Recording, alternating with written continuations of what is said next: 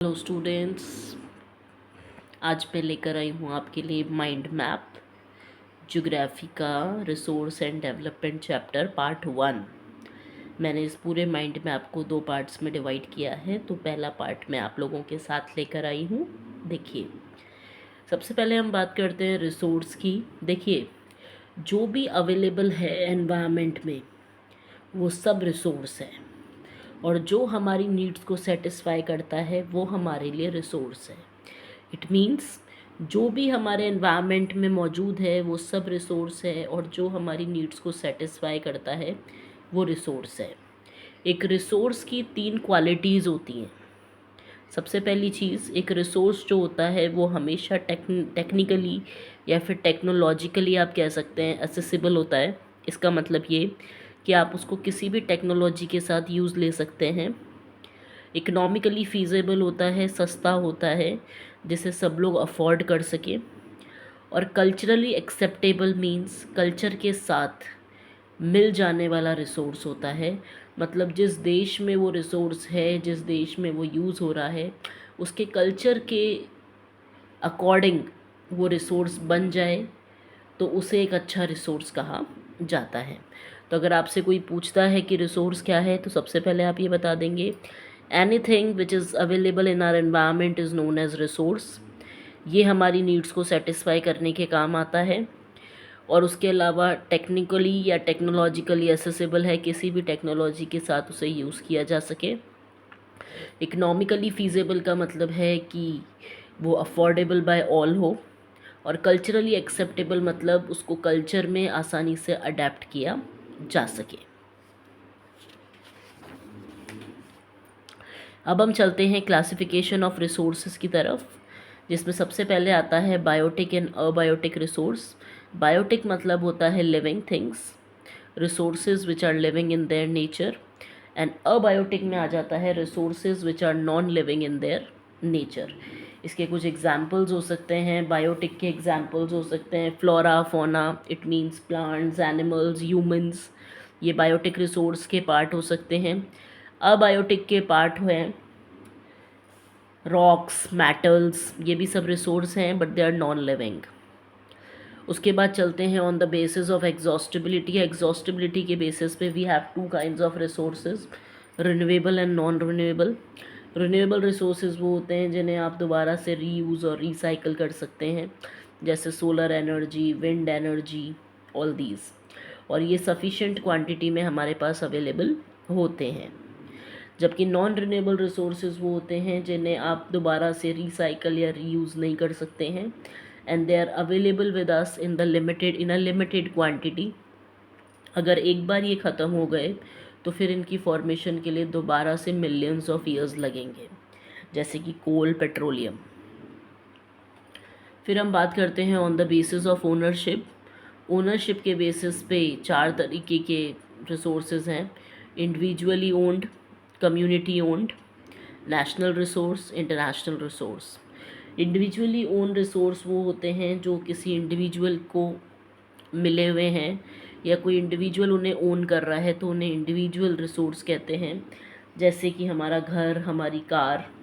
Community own resource वो होते हैं जो कोई कम्युनिटी यूज़ कर रही है या फिर कम्युनिटी उसकी ओनर है, जैसे कि picnic spots, village ponds, public parks, ये सब। नेशनल रिसोर्सेज वो रिसोर्सेज हैं जो नेशनल लेवल पर यूज़ हो रहे हैं, और या फिर they are belonging to a nation, जैसे कि रोड्स, कैनाल्स, रेलवेज़, ये सब। इंटरनेशनल रिसोर्सेज वो होते हैं जिन्हें इंटरनेशनल लेवल पे यूज़ किया जा रहा है, इन्हें रेगुलेट भी कोई इंटरनेशनल इंस्टीट्यूशन कर रहा है, और कोई इंडिविजुअल कंट्री जो है वो इन रिसोर्सेज को काम में नहीं ले सकती है without the approval of international institutions. तो इन्हें कहते हैं इंटरनेशनल रिसोर्स। अब हम बात करते हैं on the basis of development. Development के बेसिस पे we have potential resources, we have developed resources, we have stock resources, and we have reserve resources. Potential resources वो रिसोर्सेज होते हैं जिनको हम उनकी पोटेंशियल के अकॉर्डिंग यूज़ नहीं कर रहे हैं।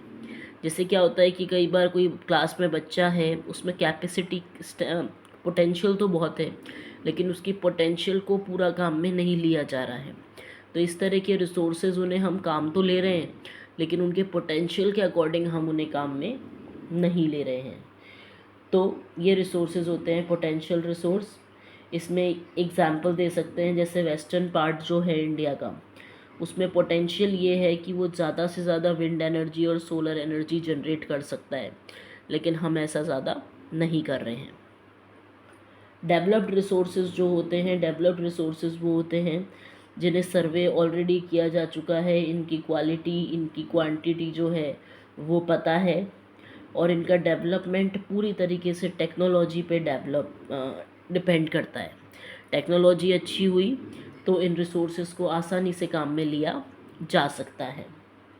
स्टॉक कौन से रिसोर्सेज होते हैं? स्टॉक वो रिसोर्सेज होते हैं जो हमारे पास अबंडेंट ह्यूज क्वांटिटी में अवेलेबल हैं, लेकिन टेक्निकल नो हाउ नहीं है हमारे पास। इस वजह से हम इन रिसोर्सेज को पूरी तरीके से यूज़ नहीं कर पा रहे।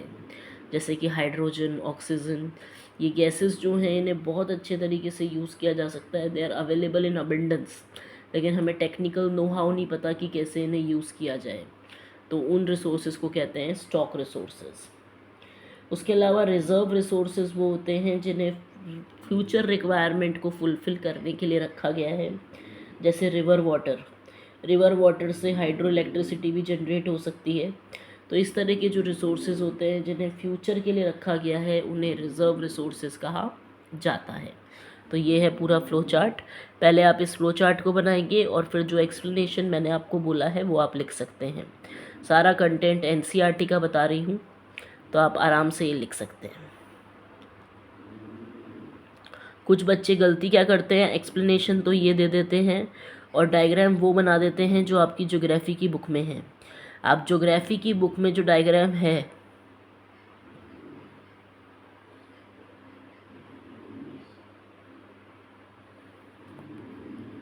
फाइन। अब हम चलते हैं दूसरे पे।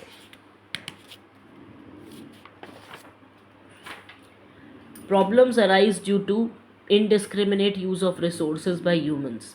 देखिए, अगर हम इंसान रिसोर्सेज को बहुत इनडिस्क्रिमिनेटली यूज़ करेंगे तो उससे क्या क्या प्रॉब्लम्स हो सकती हैं। सबसे पहली चीज़ तो जो रिसोर्सेज हैं वो डिप्लीट होने लग जाएंगे due to greeds of human, क्योंकि इंसान का लालच इतना बढ़ जाएगा कि वो ओवर यूटिलाइज़ करेगा रिसोर्स को और रिसोर्स ख़त्म होने लग जाएंगे। दूसरी चीज़, अगर आप रिसोर्स को ज़्यादा यूज़ करेंगे तो इससे सोसाइटी भी दो सेगमेंट में बढ़ जाएगी, अमीर और अब अमीर हो जाएगा और गरीब और गरीब हो जाएगा। उसके अलावा अगर आप रिसोर्स को इनडिस्क्रिमिनेटली यूज़ करते हैं तो उससे एक और प्रॉब्लम आती है, global ecological crisis. Global level पर भी इस चीज़ का बहुत बड़ा असर देखने को मिलेगा, जैसा कि इन्वायरमेंटल पोल्यूशन का प्रॉब्लम हो जाएगा, लैंड की क्वालिटी डिग्रेड हो जाएगी, लैंड डिग्रेडेशन हो जाएगा, ग्लोबल वार्मिंग जैसी प्रॉब्लम हो जाएगी, ओजोन लेयर डिप्लीट हो रही है। ये सारी प्रॉब्लम्स इसीलिए हो रही हैं क्योंकि हम रिसोर्सेज को प्रॉपर यूज़ नहीं कर रहे हैं। तो आप ये सारी चीज़ें लिख सकते हैं।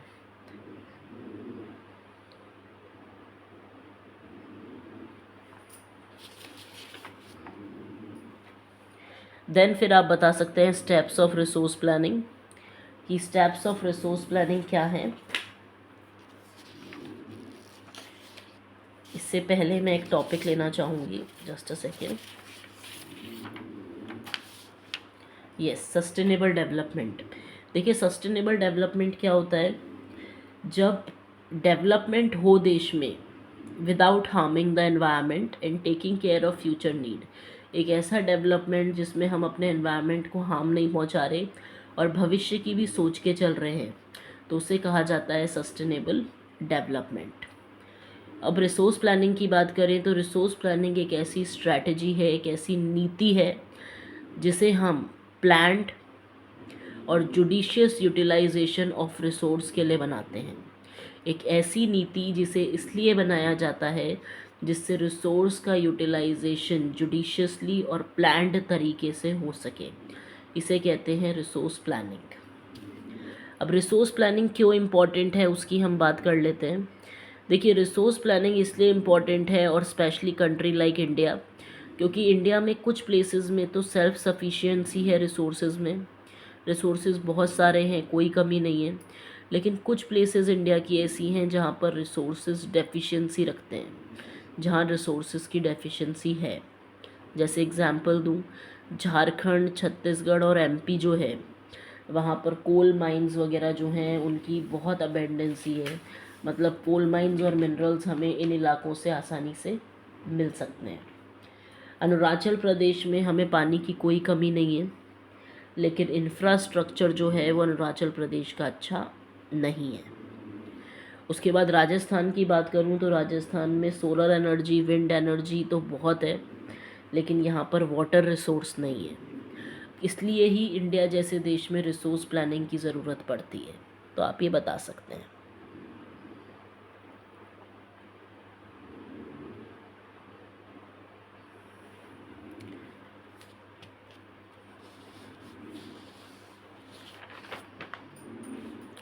अब हम चलते हैं रिसोर्स प्लानिंग की तरफ। देखिए, रिसोर्स प्लानिंग के कुछ स्टेप्स होते हैं, तो मैंने इसको फ्लो चार्ट की फॉर्म में आप लोगों को दिखाया है।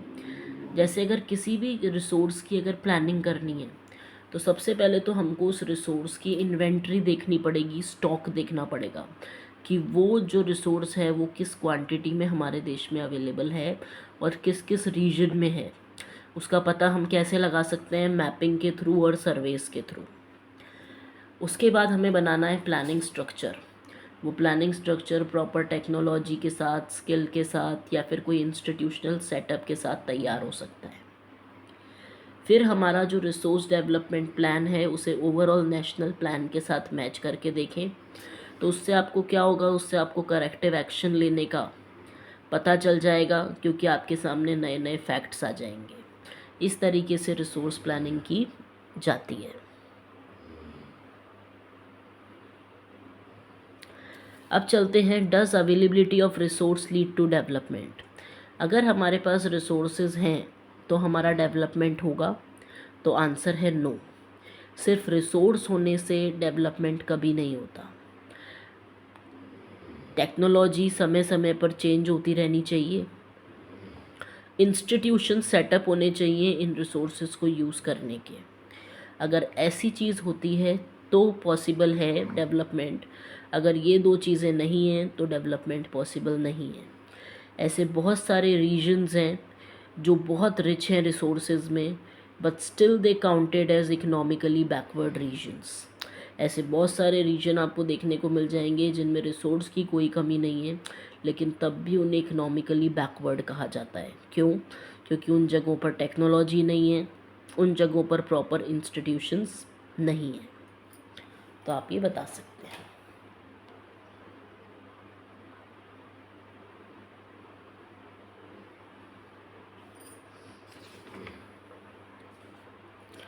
उसके बाद हम चलते हैं रिसोर्स कंजर्वेशन पे। देखिए, रिसोर्स कंजर्वेशन मतलब क्या होता है?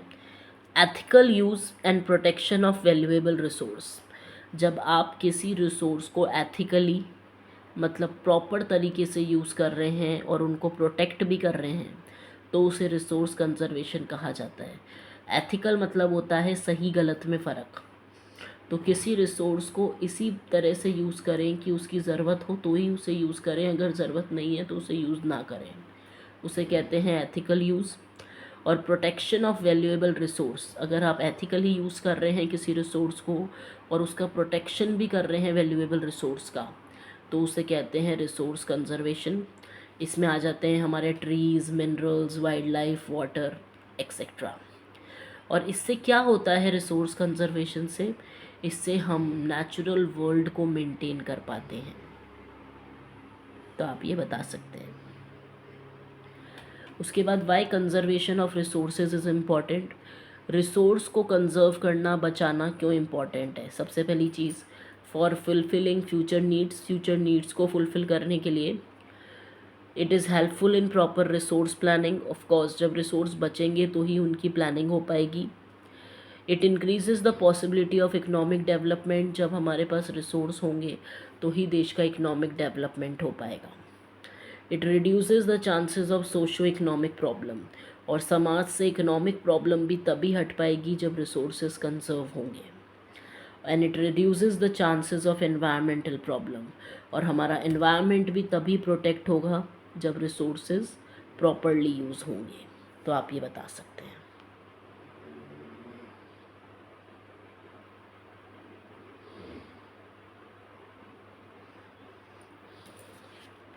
So that's all for today. Hope आपको मेरा वीडियो पसंद आया होगा। इसे पढ़िए, आपको बहुत अच्छा समझ में आएगा। ये पूरा एनसीईआरटी बेस्ड है।